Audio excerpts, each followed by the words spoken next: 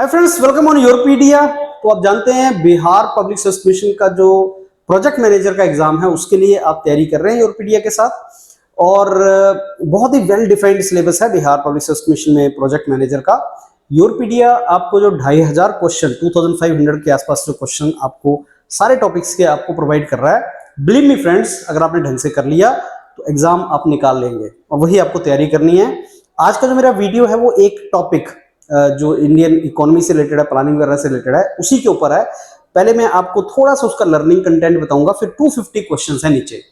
अगर आप WhatsApp group पे बैठे हैं तो आप ये डॉक्यूमेंट ले लें और इसको पढ़ें और इसका डिटेल क्वेश्चंस को लगाने की ट्राई करें, सारे क्वेश्चंस को करने की ट्राई करें, तो आपसे क्वेश्चन निकल जाएंगे। और क्वेश्चन सेल्फ एक्सप्लेनेटरी हैं, मतलब जैसे जैसे आप करते जाओगे मैं बताऊंगा भी आपको, आप क्वेश्चंस करते चले जाएंगे, आपको समझ आता चला जाएगा।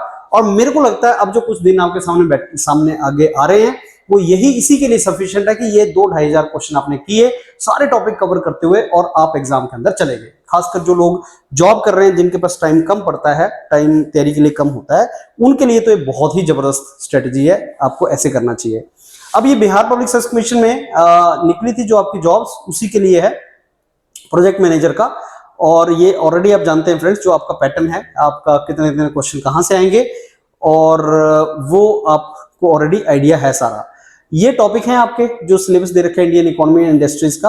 तो इनमें हर टॉपिक को मान के चलो वही 250-300 क्वेश्चन प्रोवाइड किए हैं मेंटर्स ने।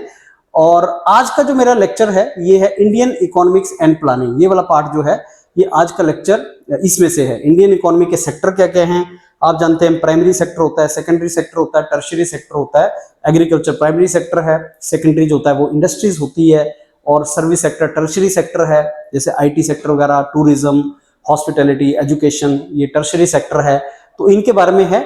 और शुरू से स्टार्ट करेंगे तो विश्वेश्वरैया प्लान क्या थी, फिक्की प्लान क्या है, बॉम्बे प्लान क्या है, नेहरू महल नोबिस मॉडल क्या है, रोलिंग प्लान क्या है, राव मनमोहन सिंह मॉडल क्या है, गांधीयन प्लान क्या है, पीपल प्लान क्या है, सर्वोदय प्लान क्या है, और बेसिकली स्टेट का मतलब कि कंट्री का, गवर्नमेंट का क्या रोल होता है प्लानिंग एंड डेवलपमेंट में, उसके बारे में है। तो ये आज का हम जो टॉपिक है ये वाला करने वाले हैं। तो आपके ये वेल डिफाइंड आपके 12 टॉपिक है। हर 12 टॉपिक में से मान के चलो आप 200-250 और कईयों में 300 क्वेश्चन भी दिए गए डिपेंडिंग अपॉन द लेंथ। अब जैसे ये टॉपिक है आपके Bihar industry investment promotion policy, ये बहुत बड़ा नहीं है, इसमें 250 क्वेश्चन नहीं बनते, छोटे टॉपिक हैं। तो ऐसे आपको टॉपिक मेंटर्स ने दिए हुए हैं। अब आज का जो लेक्चर वो इंडियन इकोनॉमिक्स एंड प्लानिंग के बारे में है। तो आपको ना कुछ इनपुट चाहिए, कुछ थोड़ा सा आपको आइडिया चाहिए हर टॉपिक के बारे में। अगर आपने वो कर लिया, जैसे इंडियन इकोनॉमी के सेक्टर्स क्या हैं, कंपोनेंट्स क्या हैं, विश्वेश्वरैया प्लान क्या है, फिक्की प्लान क्या है, बॉम्बे प्लान क्या है, इनके बारे में अगर आपने कर लिए तो आपको आइडिया लग जाएगा कि कैसे कैसे ये क्या क्या है। ये प्रीवियस ईयर क्वेश्चंस क्या आए हुए हैं। अब 2021 में पेपर हुआ था, अब 2021 का प्रीवियस ईयर का पेपर आपके लिए एक रेफरेंस बनेगा कि कैसा आपका डिफिकल्टी लेवल एक्सपेक्टेड है। और योरपीडिया के मेंटर्स भी उसी डिफिकल्टी लेवल के साथ आपको क्वेश्चंस का प्रैक्टिस करवाएंगे। तो Mahalanobis heavy industry development plan जो था वो वेज गुड डेवलपमेंट प्लान ने उसको अपोज किया था। तो उसका जो मेन ऑथर था वेज गुड डेवलपमेंट प्लान का, वो कौन थे, वो ब्रह्मानंदा थे। और वेज गुड स्ट्रेटेजी जो थी वो बेसिकली जो प्रोफेसर वाकिल हैं और ब्रह्मानंदा हैं उनके साथ बेसिकली एसोसिएटेड है।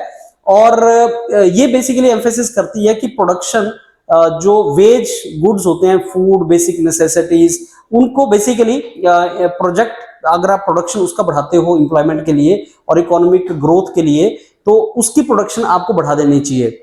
महालनोबिस जो मॉडल था उसने हैवी इंडस्ट्रीज के ऊपर फोकस किया। और wage good basically strategy, wage होता है सैलरी, गुड मतलब जिससे लोगों को सैलरी मिले, जिससे लोगों को रोजगार मिले। तो बेसिकली आपको वेज गुड्स जो होती हैं उनकी प्रोडक्शन बढ़ानी चाहिए सो दैट एम्प्लॉयमेंट बढ़े। जबकि महालनोबिस मॉडल जो था वो ये था कि हैवी इंडस्ट्रीज बनाओ जिससे कंट्री का एक्सपोर्ट बढ़ सके और कंट्री में बेसिकली जो है वो इंफ्रास्ट्रक्चर क्रिएट हो सके। तो ये थोड़ा सा महलनोबी का हैवी इंडस्ट्री मॉडल, जबकि वेज गुड डेवलपमेंट मॉडल, उसका थोड़ा सा इनके बीच में डिफरेंस था। तो सर्वोदय प्लान को प्रपोज किसने किया था, जेपी नारायण, बहुत ही फेमस है।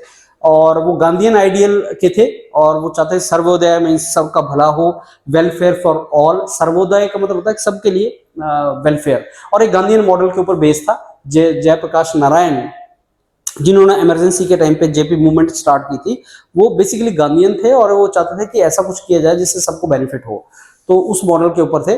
और उन्होंने decentralized planning village based economy के सेंट्रलाइज नहीं होना चाहिए, आपका बॉटम अप अप्रोच होनी चाहिए कि गांव-गांव के अंदर इंडस्ट्रीज बने, वैसा मॉडल होना चाहिए और इक्विटेबल डिस्ट्रीब्यूशन होनी चाहिए, मतलब सब लोगों को जो है वो रिसोर्सेज मिले, सब लोगों के लिए इक्वल रिसोर्सेज मिले, उस मॉडल के ऊपर हम काम करें।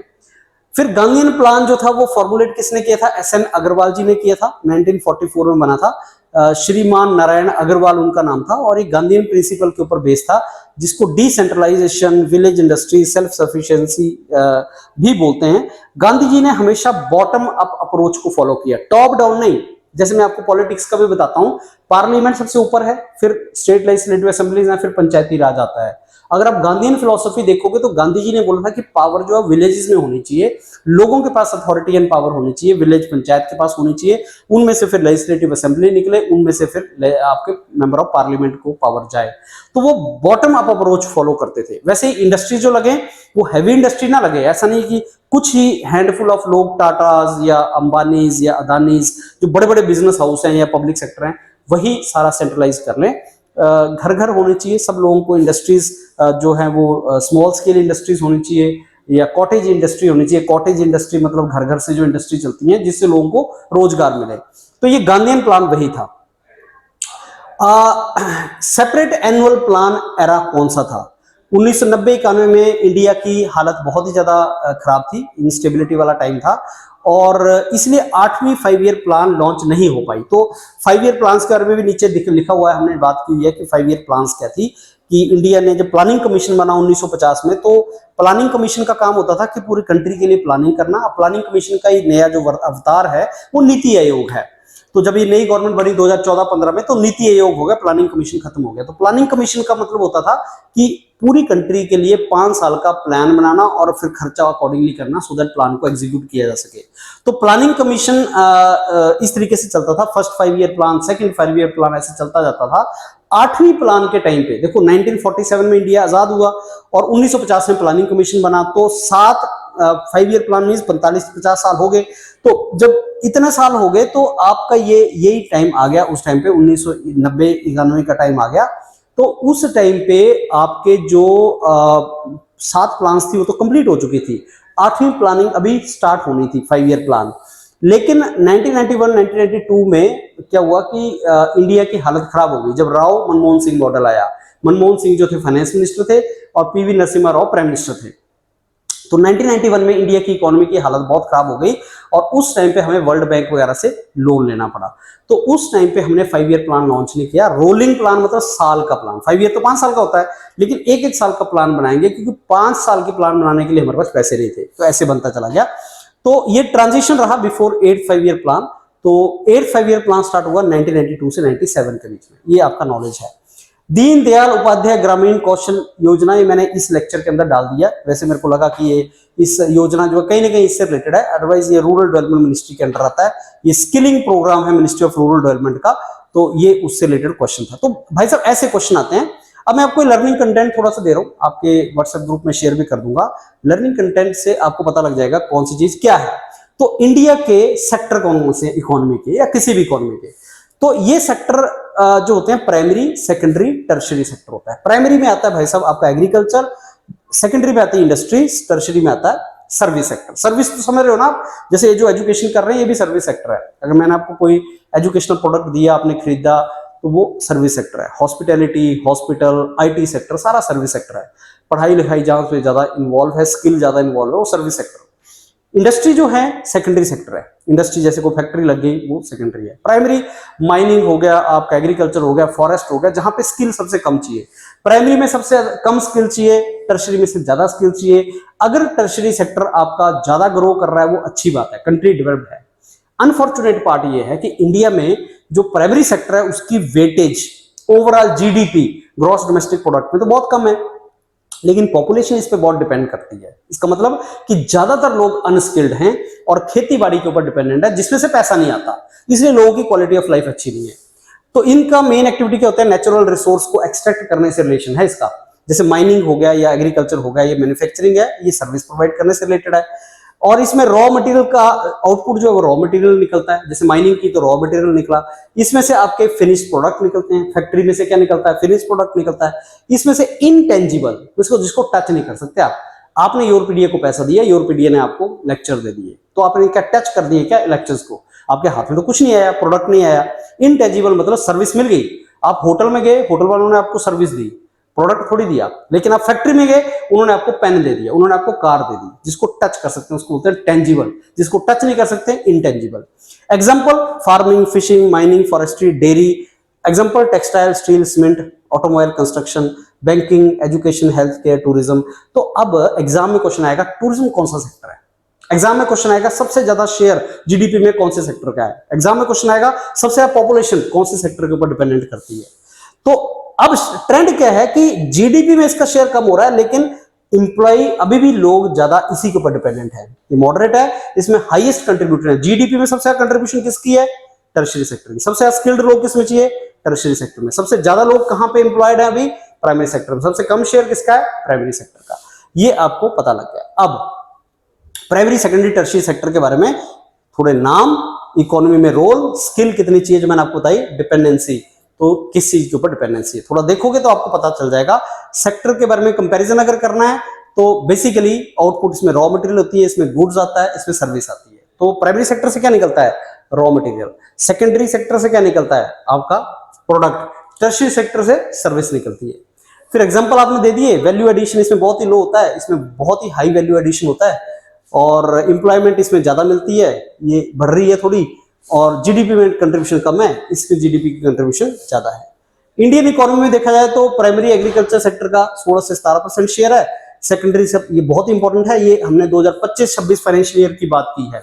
फाइनेंशियल ईयर इंडिया में स्टार्ट होता है 1 अप्रैल से लेके 31 मार्च को खत्म हो जाता है। तो अगर मैं 25-26 की बात कर रहा हूं तो भाई साहब 2025 1 अप्रैल को स्टार्ट हुआ और 2026 31 मार्च को खत्म हो गया। 26-27 तो चल रहा है, तो ये डाटा 25-26 का है, तो आपको पता लग जाना चाहिए। तो ये शेयर है। ग्रोथ सबसे ज्यादा किस सेक्टर की हो रही है, सर्विस सेक्टर की हो रही है। मैन्युफैक्चरिंग भी ठीक चल रहा है और स्ट्रॉन्ग ग्रोथ अभी इनकी चल रही है, तो थोड़ा सा आपको ये स्टैटिस्टिक पता लग जाएगा। अब नीचे आ गया आपके major economic model, Visvesvaraya, FICCI plan, Bombay plan, Gandhian plan, people plan, Sarvodaya plan, Nehru Mahalanobis model, rolling plan, Rao Manmohan Singh model. ये आपके सिलेबस में वर्ड डायरेक्टली मेंशन है। आपने क्या पढ़ना कि कब ये लॉन्च हुआ। जैसे विश्वेश्वरैया लॉन्च हुआ 34 में, और फिक्की लॉन्च हुआ 34 में, बॉम्बे प्लान 1944, कौन लोग थे, ये लोग थे। गांधीयन प्लान 1944, नाम क्या है, एस एन अग्रवाल। फिर people plan M N Roy, फिर Sarvodaya plan J P Narayan, फिर Nehru Mahalanobis P C Mahalanobis, rolling plan Janata government Morarji Desai की, जब बेसिकली आपकी इमरजेंसी चल रही थी। इंदिरा गांधी जी ने इमरजेंसी के बाद जो गवर्नमेंट आई वो ये वाली आपकी जनता पार्टी गवर्नमेंट थी। वैसे भी जो प्लानिंग कमीशन क्रिएट किया था तब इंडियन नेशनल कांग्रेस पावर में थी, और प्लानिंग कमीशन कांग्रेस का क्रिएशन थी। उसके बाद कांग्रेस का जब पार्टी चेंज हुई 1977 में, जब इमरजेंसी के बाद, तो जनता पार्टी गवर्नमेंट आई तो वो प्लानिंग कमीशन को फॉलो नहीं करेंगे। वैसे अब बीजेपी की गवर्नमेंट आई तो बीजेपी की गवर्नमेंट ने 2014 का प्लानिंग कमीशन को हटा दिया। राव मनमोहन सिंह मॉडल कौन थे, तो वो आपका आ गया। फिर दूसरा, इसका मेन आइडिया क्या था और इसका की फीचर क्या था, इकोनॉमिक ओरिएंटेशन क्या था, इनसाइट क्या थी। तो पहला सिस्टमैटिक प्लानिंग ब्लूप्रिंट इंडिया में कौन सा था, वो था आपका विश्वेश्वरैया। आपने कैसे पढ़ना कि ये बेसिकली कैपिटलिज्म, डेमोक्रेटिक कैपिटलिज्म पे बात करता है। 10 साल की प्लान बेसिकली कि कंट्री की इनकम को डबल कर देना और लेबर एग्रीकल्चर से इंडस्ट्री की तरफ को शिफ्ट करना, ये इसका मेन थीम था, की फीचर। तो अगर आप ये लाइन भी पढ़ लो तो आपका एक एक प्लान वहीं से आपको समझ आ जाएगी और आपके एग्जाम में निकालने के लिए बहुत ज्यादा हेल्पफुल होगा। ऐसे टेबल आपको योरपीडिया प्रोवाइड करेगा जिससे आप तैयारी कर सकते हैं। तो कैपिटलिस्ट ओरिएंटेड, सोशलिस्ट ओरिएंटेड, ये कैपिटलिस्ट, सोशलिस्ट और जो मिक्स्ड अप्रोच है इसके बारे में थोड़ा सा आपको पता होना चाहिए। देखो कैपिटलिस्ट इकोनॉमी वो होती है जिसमें कुछ बिजनेस हाउस के पास सारे का सारा आपका रिसोर्स होते हैं, जैसे अंबानी, अदानी, कैपिटलिस्ट। फिर होता है सोशलिस्ट। सोशलिस्ट क्या होता है कि जिसमें नहीं, कम्युनिटी डिसाइड करेगी, पब्लिक सेक्टर होंगे और कम्युनिटी के लिए होगा, सोसाइटी के लिए होगा, कि पब्लिक सेक्टर ज्यादा चीज बनाएगा, प्राइवेट नहीं बनाएगा, वो सोशलिस्ट है। फिर एक लेफ्टिस्ट भी होता है, जैसे आपका जो चलता है, जैसे वेस्ट बंगाल में था या केरला में, ऐसा कि जिसमें ट्रेड यूनियंस वगैरह की ज्यादा पावर चलती है, वो आपका लेफ्टिस्ट हो जाता है, वो उस तरीके से आपका मार्क्सिस्ट हो जाता है तीसरा। तो हमें इंडिया में जो फॉलो किया है वो मिक्स्ड अप्रोच फॉलो किया है। तो बॉम्बे प्लान ने सबसे पहले मिक्स्ड अप्रोच, जिसमें पब्लिक सेक्टर और प्राइवेट सेक्टर दोनों मिलकर चलेंगे।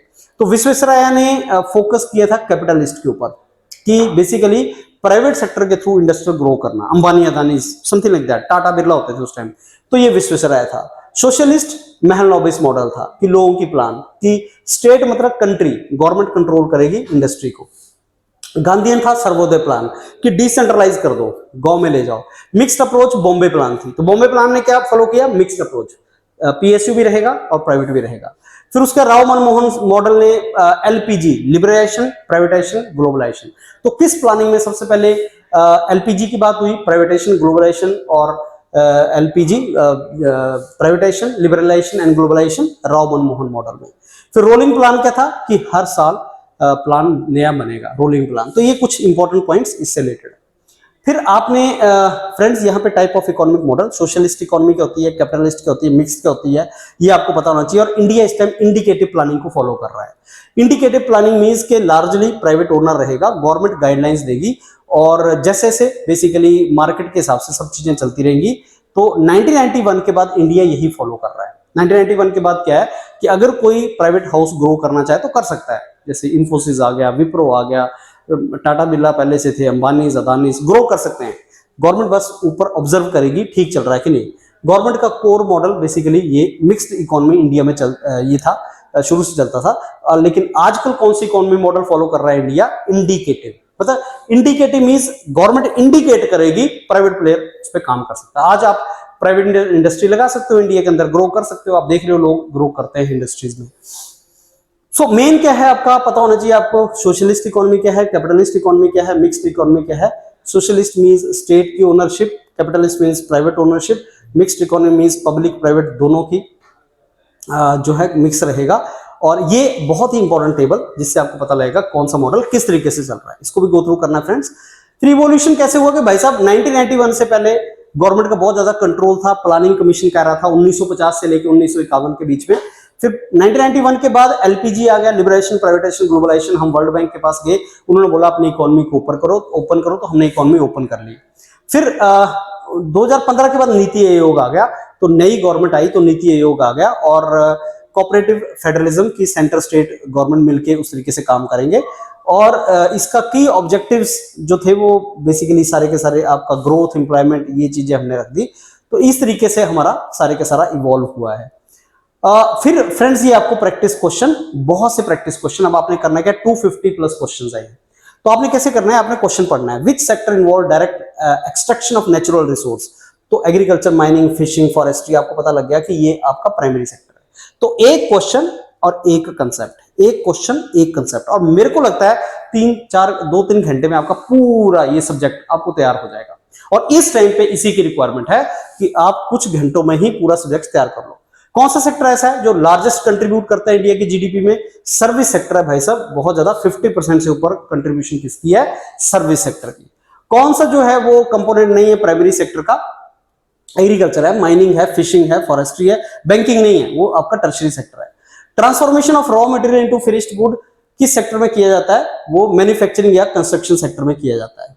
अच्छा, कौन सा सेक्टर को बोला जाता है सर्विस सेक्टर? तो आपने बोलना banking, education, health care, IT को सर्विस सेक्टर बोला जाता है। कौन सा सेक्टर को बैकबोन माना जाता है इंडियन इकोनॉमी का?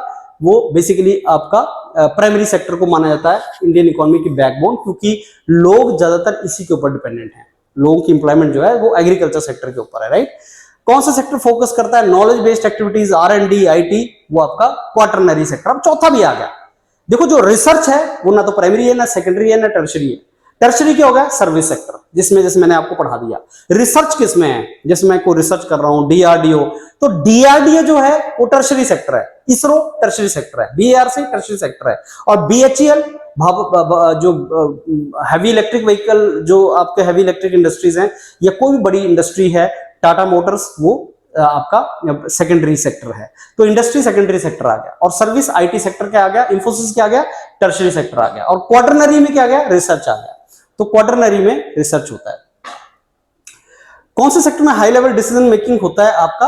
वो quinary, top executive, policy making. तो इसमें 5 चीजें आ गई, primary, secondary, tertiary, quaternary, quinary. अब समझ लो इसमें 5 क्या चीज है। Primary agriculture, secondary factory, tertiary service sector जो अभी हम कर रहे हैं, क्वाटरनरी रिसर्च, क्वीनरी क्या हो गया? Top executive, policy making, scientist, बड़े बड़े लोग, तो 5-10 लोग आए, मुझे कैबिनेट की मीटिंग हुई, कंट्री के लिए कुछ करना है, उन्होंने डिसाइड किया ऐसे करना है हमने, वो क्वीनरी, बड़े बड़े लोग, राइट। फॉलोइंग सेक्टर सबसे ज्यादा वर्कफोर्स आपका एग्रीकल्चर के ऊपर। देखो जीडीपी में ग्रोथ इसकी कम है, लोग इसके ऊपर ज्यादा एम्प्लॉयड है। मेक इन इंडिया इनिशिएटिव किसको सेक्टर को टारगेट करता है? मैन्युफैक्चरिंग इंडस्ट्री, क्योंकि वही तो मेक इन इंडिया करेगा। Which sector include service like tourism and transportation, तो आपने बोलना है कि ये आपकी सर्विस टूरिज्म और ट्रांसपोर्टेशन जो है वो आपकी टर्शरी में आती है, सारी की सारी सर्विस सेक्टर है। तो इलेक्ट्रिसिटी गैस वाटर सप्लाई किस में आता है? वो आपका सेकेंडरी सेक्टर में आता है, इलेक्ट्रिसिटी गैस वाटर सप्लाई, क्योंकि ये इंडस्ट्री और इंफ्रास्ट्रक्चर से रिलेटेड है। कौन सा सेक्टर ऐसा है जो रिफ्लेक्ट करता है shift towards knowledge based economy? तो क्वार्टरनरी जो आपका नॉलेज है और इक्विनरी डिसीजन मेकिंग वो एडवांस्ड इकोनॉमिक स्टेज के ऊपर करता है। तो अमेरिका वगैरह में ये चीजें हैं। जैसे आप देखोगे कि ट्रंप एडमिनिस्ट्रेशन आया तो उसके अंदर इवन जो आपके कुछ बिजनेस हाउसेज इंडस्ट्रियलिस्ट को उसमें लिया गया डिसीजन मेकिंग में, तो वो आपका डिसीजन मेकिंग क्वीनरी। सो अंडरस्टैंड, सो टेस्ला को भी एक पार्ट बनाया गया, टेस्ला कंपनी के ओनर को पार्ट बनाया गया ट्रंप के एडमिनिस्ट्रेशन में। तो जब गवर्नमेंट अपना नॉलेज यूज करेगी और बड़े बड़े लोग उसमें इन्वॉल्व होंगे डिसीजन मेकिंग में, तो ये बन जाता है। एग्रीकल्चर से कितना है भाई साहब? एग्रीकल्चर से 16 से 18% है। इंडिया की इकोनॉमी की ट्रांजिशन को कौन अच्छा डिफाइन करता है? प्राइमरी से सर्विस की तरफ इकोनॉमी मूव कर रही है। फिर आगे भाई साहब अब ये आ गया इंडिया की इकोनॉमी जो है, इसको बताओ कौन सा आपका पेयर ठीक है? जो डेयरी है प्राइमरी है, मिनरल एक्सप्लोरेशन टर्शरी, तीसरा तो गलत है, तीसरा गलत है तो जाना तीसरा उसको हटा दो। तो अब पहला देखो एग्रीकल्चर प्रोड्यूस सेकेंडरी नहीं, ये भी नहीं है, तो हमारे पास 2 और 4 ही ठीक है, एक भी गलत है 3 भी गलत है। Tertiary sector, tertiary sector so dairy farming, tertiary sector जो है वो आपका correctly classified. Banking secondary tertiary, banking है sorry, not dairy farming, banking हुआ। Banking education health care transport tertiary है सारा। सेकेंडरी सेक्टर कौन सा है? Raw material to finished goods, हाँ जी। Primary sector activity mining, tertiary activities support primary and secondary sector. एक एक क्वेश्चन करते जाओ और नीचे आपको पता लगता जाएगा। तो ये सारे का सारा आपके पास जो डॉक्यूमेंट है फ्रेंड्स, बड़ा डॉक्यूमेंट है, और ये सारे का सारा डॉक्यूमेंट आपका जो है, इसमें मेरे को लगता है ये आपके क्वेश्चन जो हैं 200 क्वेश्चन, तो 250 300 क्वेश्चन हैं इसमें। आप इसमें Bombay plan proposed economic growth primarily through what? Industrialization. इसने बोला कि इंजन ऑफ ग्रोथ इंडस्ट्रियलाइजेशन है, इंडिया को एग्रेरियन से इंडस्ट्री इकोनॉमी बनाना है, इंडस्ट्रियल एक्सपेंशन हमें चाहिए जिससे एम्प्लॉयमेंट बढ़े, तो वो है। तो एक एक प्लान उसके बारे में क्वेश्चंस हमने यहाँ पे सॉल्व किए हुए हैं, इसको गो थ्रू करो, आपको पूरा टॉपिक समझ आ जाएगा। आई एम श्योर आप इसको गो थ्रू करोगे फ्रेंड्स, आपका एक टॉपिक हो जाएगा। और ऐसे 10-15 और टॉपिक है, आपने वही करने हैं। मेरे को लगता है एक हफ्ते के अंदर आपकी बहुत अच्छी तैयारी हो जाएगी। Thank you.